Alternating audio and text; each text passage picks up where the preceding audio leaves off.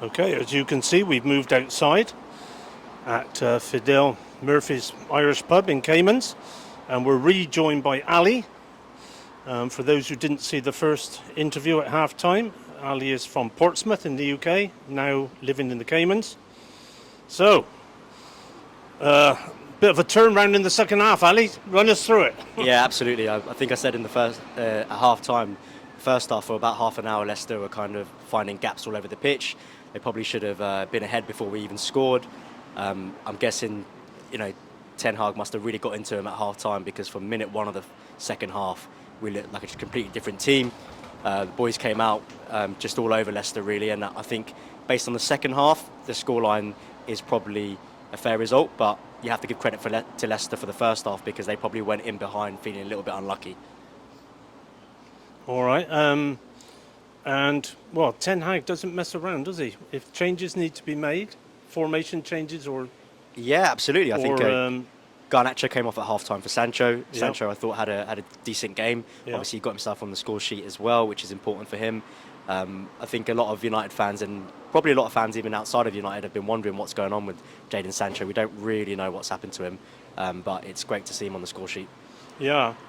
And I noticed inside you were discussing with others the Greenwood situation as well. And yeah, it doesn't look like he'll be coming back. Obviously, we don't know what's going on behind the scenes. And of course, I just think it's a really difficult situation for the club.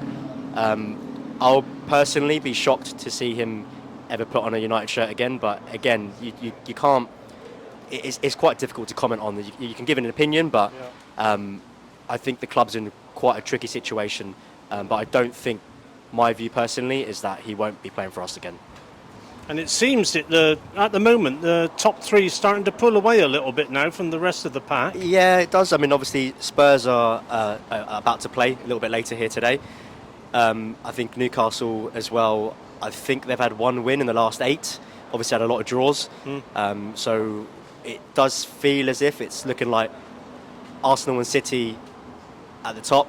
Then you've got United in third. Then you've got fourth and fifth. So I would say it's not the top 3 pulling away. I would say it's probably more the top 2. Then you've got the third.